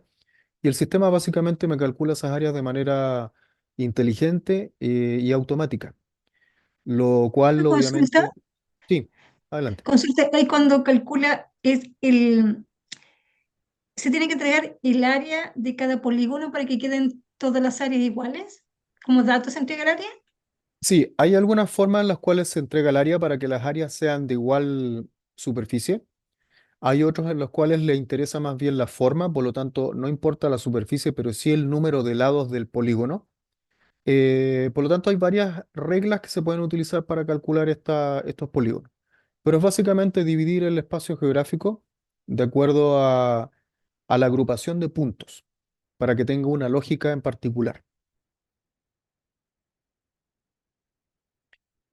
Esta es una de las tipos de soluciones, como les digo, hay varias y depende un poco también los software. Hay algunos que tienen más opciones para generar los Voronoi que otros. Hay unos que son más específicos que otros. Aquí hay una distribución de superficie. En este caso, lo que le interesa es dividir estos puntos centrales de acuerdo a cierta lógica para poder dividir el territorio en base a un punto central. Aquí en este caso son polígonos, ¿cierto? Y todos estos polígonos, este no tiene que ver precisamente con las áreas, pero se tiende a mantener las superficies cuando dependiendo de la concentración de los puntos. ¿Cómo es esto? En la zona en donde hay más concentración de puntos, los polígonos son más pequeños y en la zona en donde los puntos están más separados equidistantemente, los polígonos son más grandes. Entonces básicamente genera una solución de distribución de superficie de acuerdo a la concentración del punto. No sé si les queda más o menos claro. ¿Sí se entiende, profesor? El- la, mm, digamos, la aplicabilidad de esto es bastante grande. Normalmente esto se hace bastante para las campañas de terreno de cuestiones de marketing. Para que en este caso, para que las personas que son, en este caso los vendedores, se puedan distribuir el terreno de manera equitativa y no exista lo que se denomina como canibalización de clientes, es decir, que dos vendedores estén visitando los mismos clientes y se pelean entre sí y cosas de ese estilo. Por lo tanto, a estos polígonos se les puede agregar, de hecho, más inteligencia. Estos polígonos tienen una especie de evolución en el tiempo que se las voy a mostrar ahora, porque aquí la división tiene que ver con territorio, pero no considera ninguna otra variable más. Por ejemplo, si la variable que me interesara acá tiene que ver con accesibilidad, vale decir, de las calles, estos polígonos no consideran esas variables, solamente consideran un plano ideal en el cual no es considerado la geografía, por ejemplo, si hubieran aquí cerros, pendientes o las mismas calles u otro tipo de variables, sino que solamente dividen el territorio de acuerdo a cierta mecánica, en este caso, de acuerdo a la concentración de puntos que existe, para poder dividir el territorio como si las distancias definieran los polígonos resultantes. Por lo tanto, aquí, si se fijan, los cortes no están de acuerdo a las calles, ¿sí? Tampoco están de acuerdo a otro fenómeno en el área, sino que son básicamente homogéneos. Entonces dice, los polígonos Tiesel responden a la lógica de la ubicación de zonas descubiertas correspondiente a un método de interpolación simple basado en la distancia euclidiana, ¿sí? Plana, siendo especialmente apropiada cuando los datos son cualitativos. Las intersecciones determinan una serie de polígonos en un espacio bidimensional alrededor de un conjunto de puntos locales, de manera que el perímetro de los polígonos generados sea equidistante a los puntos vecinos y designando su área de influencia. Entonces, su objetivo es determinar las áreas de influencia de cada uno de los locales de los negocios, en este caso de la farmacia. Ahora, si consideramos bien esto, la influencia que tienen las farmacias con respecto a su entorno no necesariamente se da por estos polígonos. Sin embargo, me podría servir para, por ejemplo, ubicar una nueva farmacia, ¿sí? Evidentemente, aquí en el centro, en donde los polígonos son más pequeños, no tiene quizás mucho sentido ubicar una farmacia porque ya está siendo atendido por todas las farmacias que están allí. Sin embargo, estas áreas que están acá, en donde se generaron polígonos mucho más grandes, sí tengo posibilidad o tengo más amplitud, ¿cierto?, para colocar más farmacias. Por lo tanto, este tipo de análisis se puede realizar allí. Obviamente a esto se le puede conjugar un montón de variables más. ¿Por qué las farmacias están concentradas aquí y si siguen respondiendo? Es decir, si siguen siendo buen negocio para todos los que están allí. o se reparten el dinero entre ellos. Seguramente tiene que ver con que aquí hay mucha movilidad de personas. A lo mejor es un centro cívico, ¿sí? En donde las personas hagan trámites. Por lo tanto, aquí yo podría conjugar en el fondo otras variables más para poder entender el fenómeno de por qué las farmacias se concentran en este punto y en las otras no tanto. Pero el polígono de Voronoi en este caso sirve para poder entender, digamos, esa mecánica. Bien, em, este es otro tipo de modelamiento que tiene que ver con el cálculo de las rutas óptimas. Esta es una cuestión que se ha ido desarrollando y perfeccionando a lo largo del tiempo. Existe desde hace bastante tiempo, pero no era tan óptimo en un comienzo y no se consideraban todas las variables que se necesitan hoy en día para poder calcular una ruta óptima. Lo interesante de este tipo de modelamiento, de cálculo, es que hoy en día lo podemos hacer con un celular. Antiguamente se necesitaba un software bien específico para poder calcular una ruta óptima y en general este tipo de procesos son súper, súper pesados. ¿Cuál es la diferencia? Es que nosotros cuando usamos el Waze en nuestro celular no es el que calcula la ruta. La ruta la calcula una serie de servidores que están procesando las solicitudes de los usuarios y me devuelven a mí solamente el mapa de la ruta. Sería imposible que un celular, con la capacidad que tiene un celular, pudiera realizar ese tipo de cálculos que son sumamente complejos y demandan un montón de hardware para poder realizarlo, porque son muchas las variables que tiene incorporadas dentro. Pero veamos de qué trata esto. En este caso, se necesita, por ejemplo, determinar los desplazamientos óptimos de carros bomba, ¿sí? Aquí en este caso se carga en un entorno, en este caso en el ArcGIS, se carga la capa vial, vale decir, la capa que tiene en este caso los ejes viales, que tiene un montón de información. ¿Qué información tiene? Tiene información como los sentidos de las calles, tiene la información, aparte de los sentidos de las calles, la información de los virajes posibles, vale decir, en cada esquina, cada vez que yo llego a una esquina, ¿es posible virar a la derecha? ¿Es posible virar a la izquierda? Y eso tiene que ver con la señalética también, ¿cierto? Tiene toda esta información cargada y también a lo mejor podría tener información como prohibiciones. Un carro bomba no se puede meter en cualquier parte, tiene unas dimensiones específicas, ¿cierto? Hay normalmente, por ejemplo, en los pasajes que no tienen salida, es un problema para los carros bomba meterse. O, por ejemplo, en pasajes que no tengan salida y que estén con pendientes, supongamos en Valparaíso, es un verdadero lío para los carros bombas meterse ahí porque no se pueden dar la vuelta, etcétera.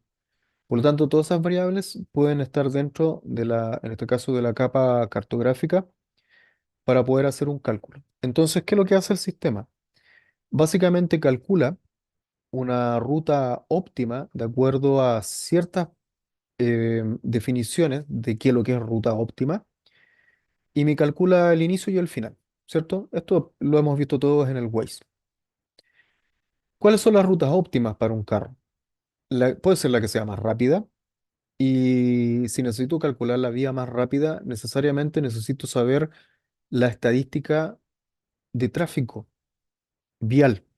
Y eso de acuerdo al momento. No me sirve saber cuánto tráfico había en la mañana si estoy haciendo este cálculo en la tarde, ¿cierto? Por lo tanto, necesito en tiempo real saber qué está pasando con el tráfico en ese momento. Por lo tanto, no es una pregunta fácil de responder. Entre otro tipo de características que se podrían agregar. Básicamente, un carro bomba lo que le interesa es llegar más rápido. Por lo tanto, también a lo mejor tiene que ver con distancia, que me calcule la ruta más corta. Pero a lo mejor la ruta más corta en términos de tránsito no es la más rápida. Puede ser más corta en términos de metro, pero no necesariamente la más rápida. Por lo tanto, el sistema va haciendo un montón de cruces de información para poder determinar a través de un algoritmo súper complejo cuál vendría siendo la mejor ruta.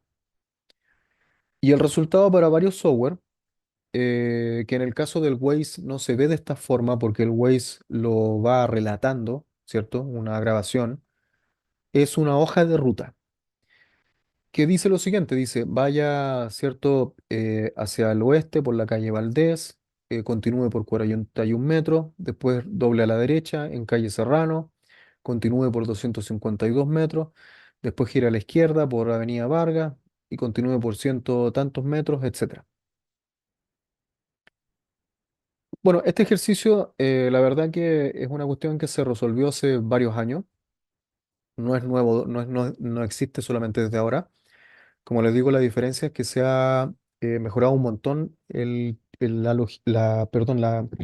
las aplicaciones para resolver este tipo de problemática.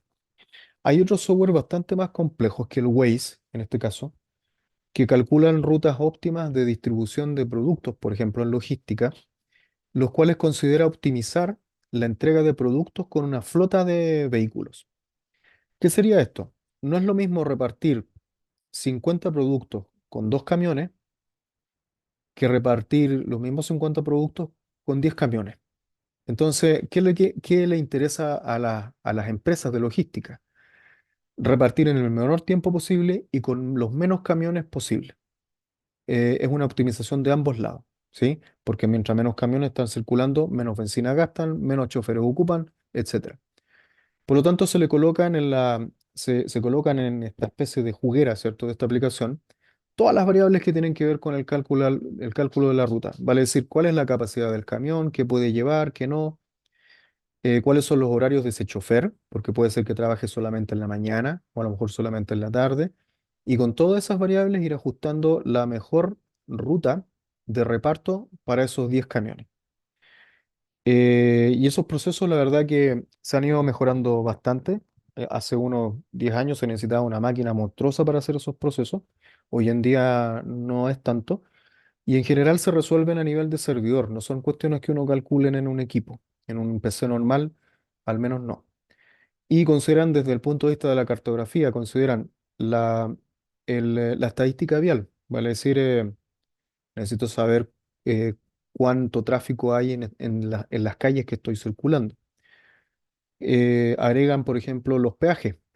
Quiero evitarme el peaje. El Waze, por ejemplo, tiene eso. Yo le puedo colocar ahí, calcúleme la ruta, pero no quiero que me envíe por una autopista pagada. O evitar ciertas zonas. Por ejemplo, los repartidores de los camiones de bebida, Coca-Cola, ellos no pueden meterse en todos lados con ese tremendo camión. Entonces, por lo tanto, a los sistemas le colocan zonas en los cuales no calcule la ruta porque no quiero pasar por ahí. En los camiones, por ejemplo, en los que distribuyen valores, también tienen este tipo de cuestiones.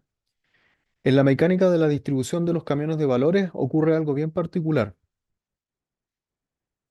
Se intenta por sobre todo de que las rutas no sean siempre las mismas, para que los criminales, ¿cierto?, no se den cuenta de que cuando va el camión Brinks a retirar la plata del Banco Estado, lo haga siempre por el mismo lado porque van a empezar a planear un atraco. Por lo tanto, los sistemas de logística que tienen este tipo de empresas consideran ese tipo de cuestiones, de que la ruta sea óptima, pero que también se cambie cada cierto tiempo, que no se ocupe la misma. Así que imaginarán que la cantidad de variables que van a esta gran juguera es súper grande. No sé si tienen alguna duda de este método. Vamos a ver algo con un software funcionando sobre esto,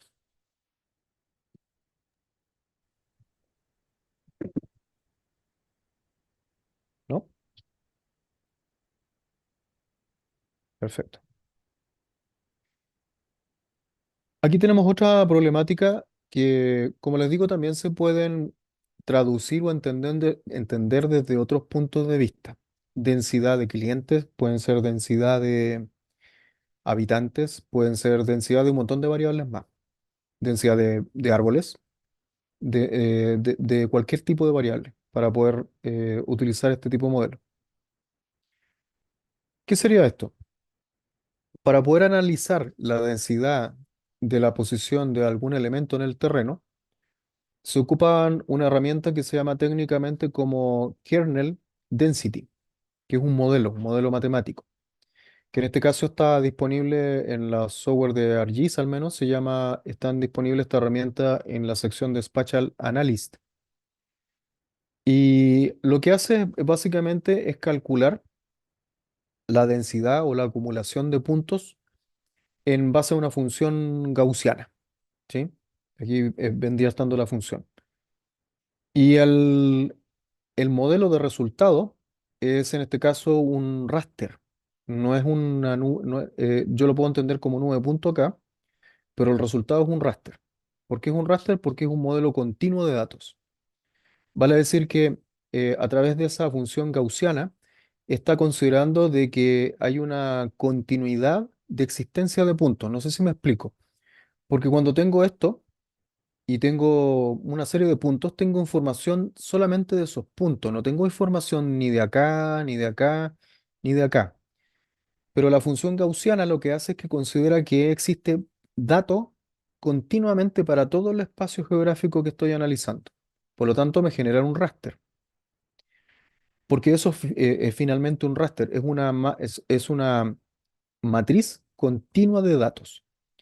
Entonces lo que me genera es un mapa de calor, en este caso un mapa de concentración de puntos. Y yo sé que en estas partes donde está más rojo es donde tengo más concentración de puntos y el amarillo es donde tengo muy baja concentración o cero concentración de puntos.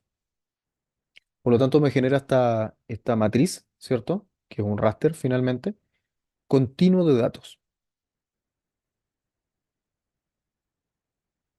Y esa matriz continua de datos yo la puedo después de nuevo convertir en polígonos. Vale decir que la puedo, en este caso la puedo clasificar y determinar ya con cierta lógica, determinar que el polígono del centro es el que me representa, ¿cierto?, esta concentración de datos. Y los naranjos no hay tanta concentración y el amarillo es donde no hay concentración.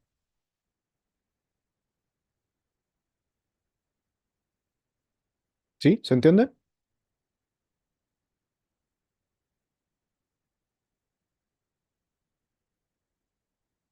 A estos mapas Sí, interesante. actualmente, gracias. A estos mapas actualmente le llaman mapa de calor, normalmente. Hotspot también le llaman. Hay unos hotspots súper interesantes que se pueden realizar en tiempo real. Vale decir,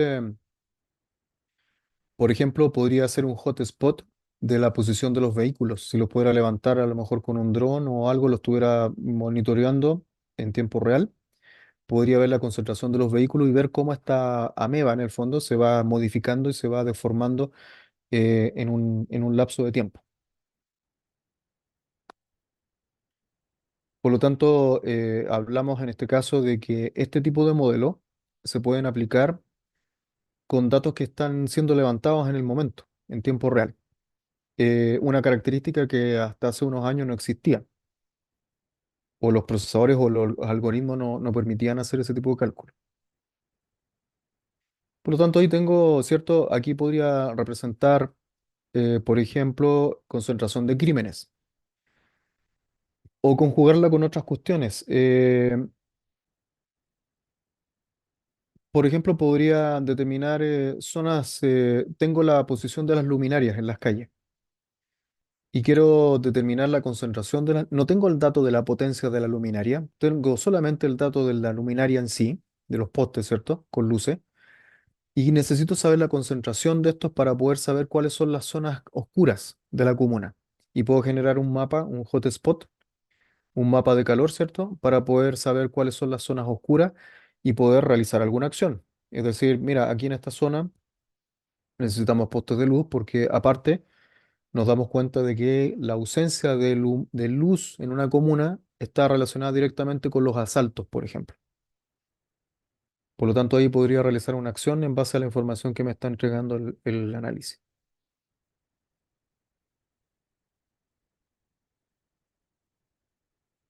Bien, ahí tenemos entonces puntos de alta densidad, isocronas.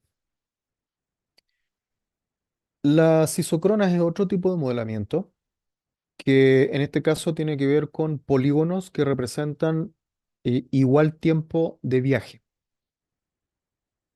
Y la medición de estas isocronas, que en el fondo son polígonos, se hace en base a los ejes viales, que en este caso contienen la información del tránsito. En este caso, un montón de variables más, de nuevo. De tal modo que la salida gráfica en este caso es un polígono que determina áreas de tiempo, básicamente. Por eso se llaman isócronas. Son polígonos que muestran igual tiempo de desplazamiento desde un punto específico hacia otro, o hacia afuera más bien dicho. ¿Cómo sería esto? Se los muestro aquí. Aquí tengo que desde este centro, podría ser la capital de una provincia, de una ciudad, etcétera, tengo que desde el centro hacia afuera tengo un tiempo específico de desplazamiento. Por ejemplo, para llegar a todo este polígono de acá, me demoro, voy a inventar, 40 minutos. El de afuera me demoro 45 minutos más. Y el verde del Disculpe, de afuera, no. ¿Estás civilizando con Somos? Algo, ¿no?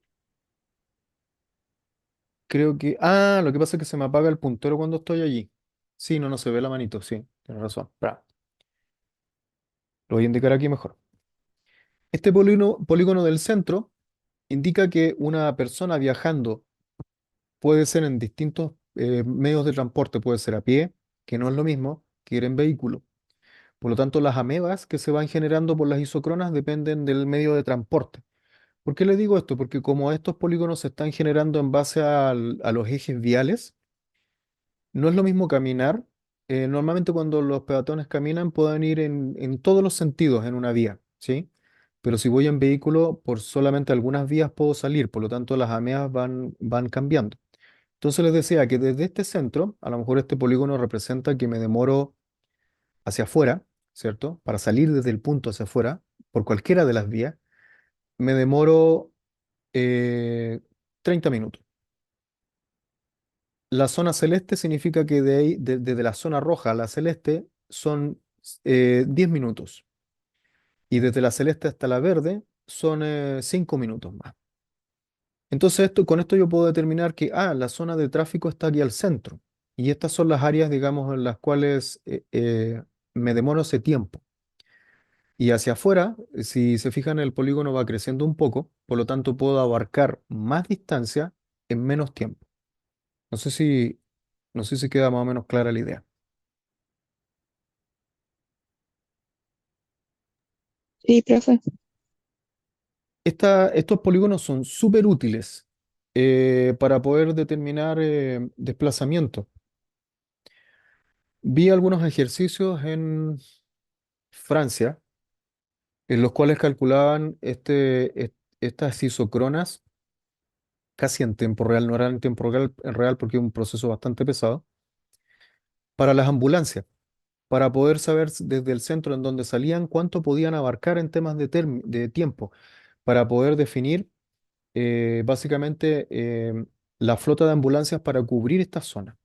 Entonces ellos dicen lo siguiente: bueno, si salen las ambulancias todas desde este centro y sé que a esta zona, por ejemplo, a esta carretera me demoro 45 minutos, entonces a lo mejor necesito colocar un centro de ambulancias, por decirles algo, más cercano, para poder cubrir toda esta zona de acá.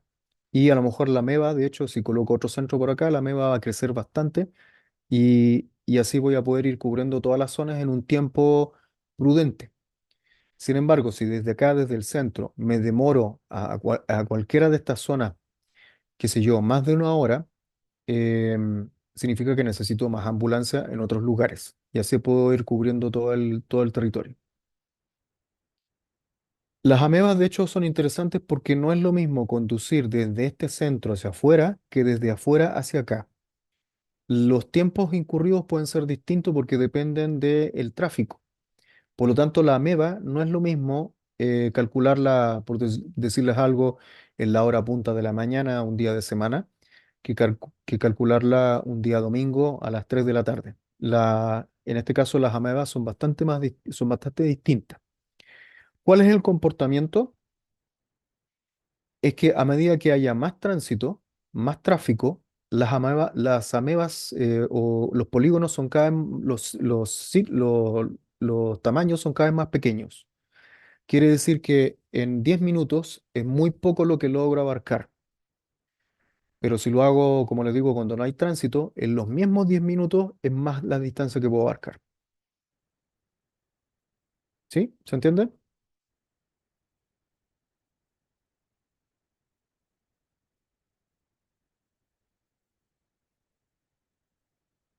Sí, Nor- profe.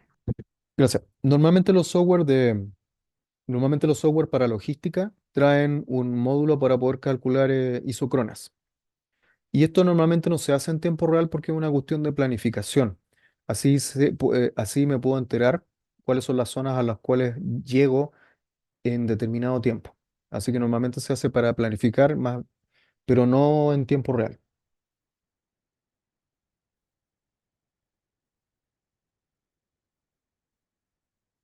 Aquí es lo que les mencionaba cuando se conjugan dos lugares, uno de salida, otro de llegada, también se puede hacer este tipo de ejercicio. No solamente desde un punto, sino que desde varios otros y ver cómo se afectan los unos a los otros. No es lo mismo salir desde aquí, perdón, aquí de nuevo pierdo el mouse. Ahí, no es lo mismo salir desde aquí que salir desde acá y llegar hacia la misma zona. Por lo tanto, aquí puedo encontrar, ¿cierto?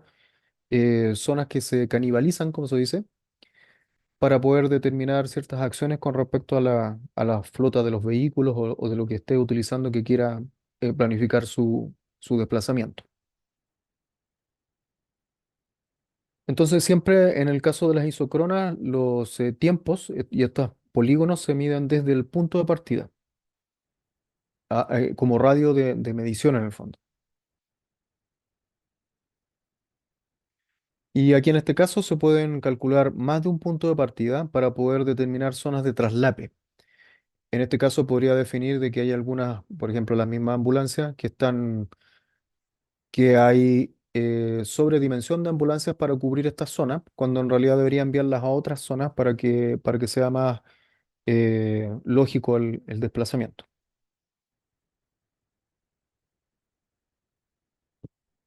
Bien, la metodología, la verdad que ha ido un poco miento, la metodología es la misma, pero las variables que se han ido incluyendo en las isocronas son cada vez mayores.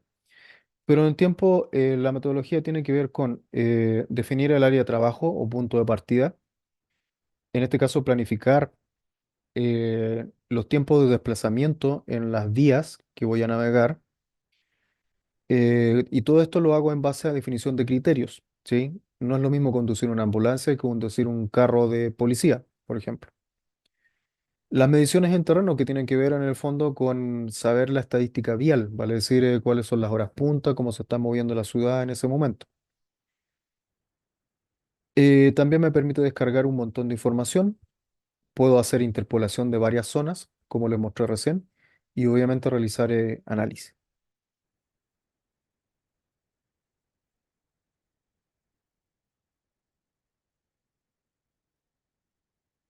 Y como les mencionaba aquí, también no es lo mismo conducir los criterios que tienen que ver con este cálculo, no es lo mismo conducir un vehículo en este caso de la policía, versus, por ejemplo, un bus del Transantiago.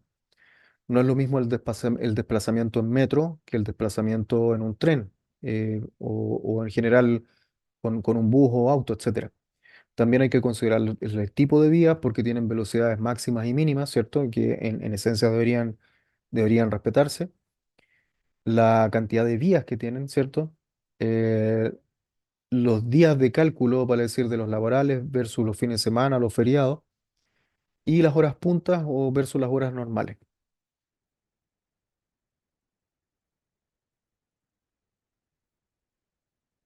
Entonces, normalmente las muestras de datos se analizan tomando datos en terreno, básicamente.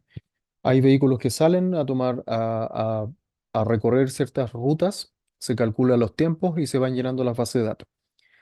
Esto hoy día ha cambiado un poco porque hoy en día este tipo de estadística es colaborativa y ya no necesito enviar flotas y flotas de personas para que circulen, para que sepan cuánto se están demorando. Y estas estadísticas las recopilan, en este caso, las empresas como Waze, como Google Maps, etcétera. Y normalmente esos datos los venden. Yo puedo adquirir una API de Google Maps con el tráfico y meterle esa información a mi sistema para poder calcular estas áreas que estamos mencionando acá.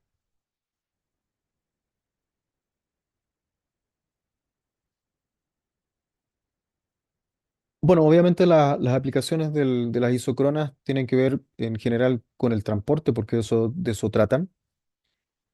Para los análisis, por ejemplo, de origen-destino son bastante buenas. No sé si alguna vez alguno de ustedes los entrevistaron para los origen-destino que hace la UST, la Unidad de Control de Tránsito, que de hecho hoy en día están, eh, es curioso porque están haciendo los mismos levantamientos que hacen hace 10 años y quieren mejorar el sistema. Como les mencionaba, la premisa inicial, haciendo las mismas acciones van a obtener los mismos resultados. El hecho es que el tránsito es una problemática que va increciendo.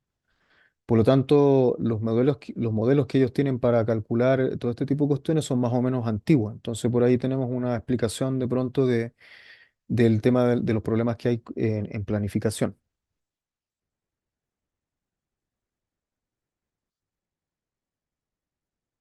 Bueno, los criterios aquí pueden ser varios, como les decía. No es lo mismo transitar en autopistas, avenidas o calles, respecto de los días del fin de semana, festivo, etcétera.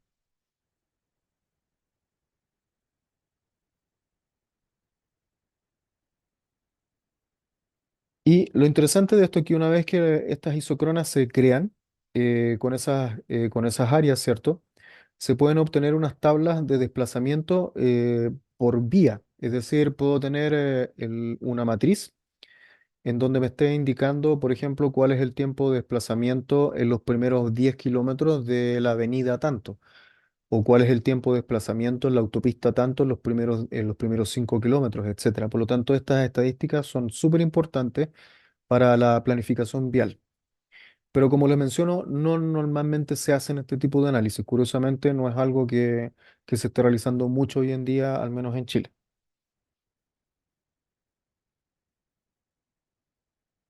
Hay, de hecho, unos gráficos bien interesantes que se generan. Aquí, no sé si los voy a se alcanzan a ver. Estos gráficos muestran, por ejemplo, una comparación entre vías. Yo puedo hacer una comparación de velocidad entre una vía y otra. Y ahí podemos entrar a estudiar los detalles, ¿cierto? Podemos decir, ah, mira, esta vía es más rápida que esta otra porque, por ejemplo, tiene menos semáforo, ¿de acuerdo? Pero a lo mejor esta vía es más rápida que otra porque tiene más pistas que la otra, etcétera.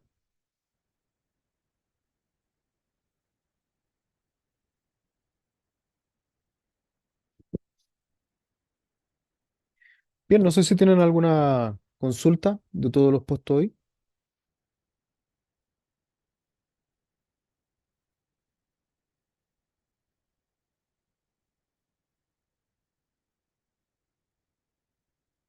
¿no?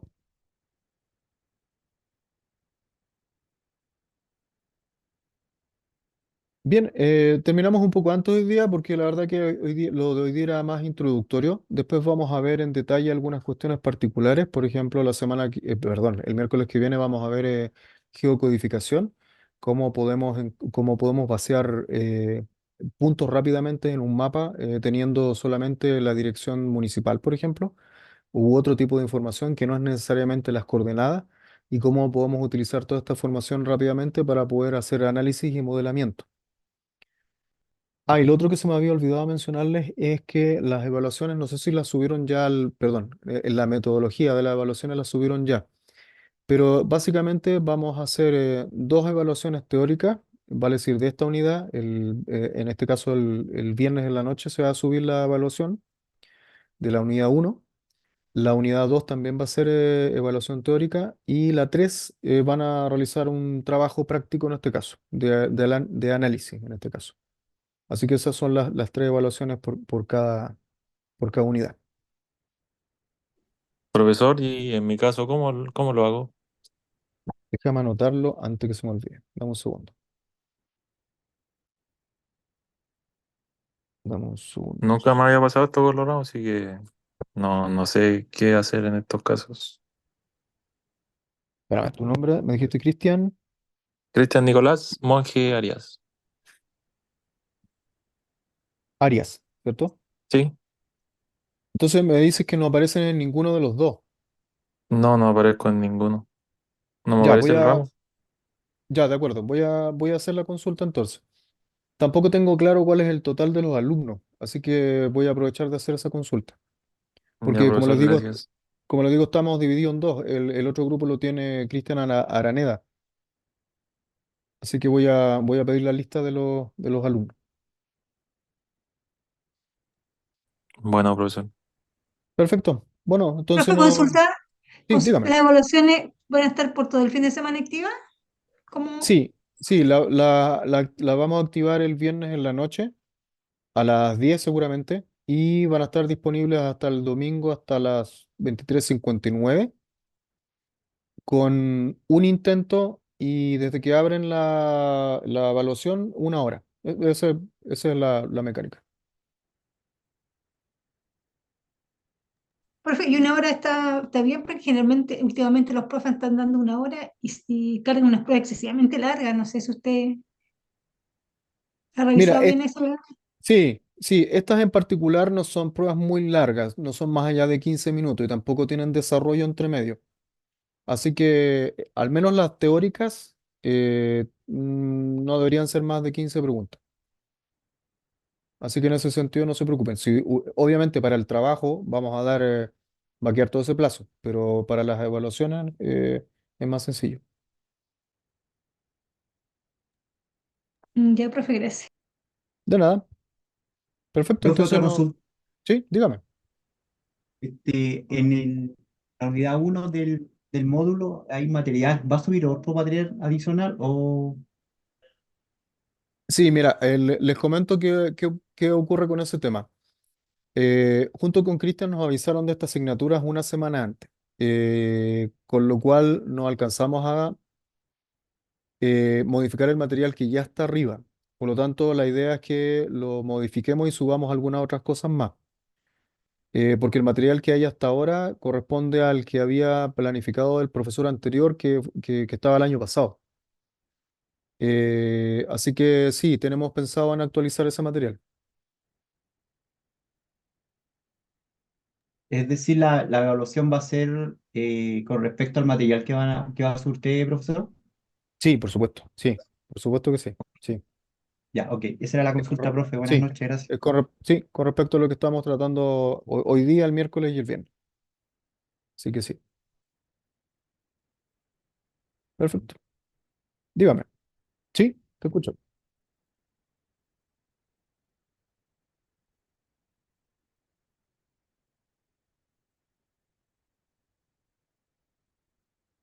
Sí, él tiene otro, sí, Rodrigo Antonio, lo voy a consultar un momento. Rodrigo, no. Sí, voy a consultar, como digo, me pasó lo mismo en otra asignatura, así que voy a preguntar cuál es el listado final. Perfecto. No sé si hay alguna consulta más. ¿No? Perfecto. Nos vemos entonces el miércoles a la misma hora. Que estén bien, que descansen. Tengan buena noche. Buenas noches. Buenas noches. Buenas noches.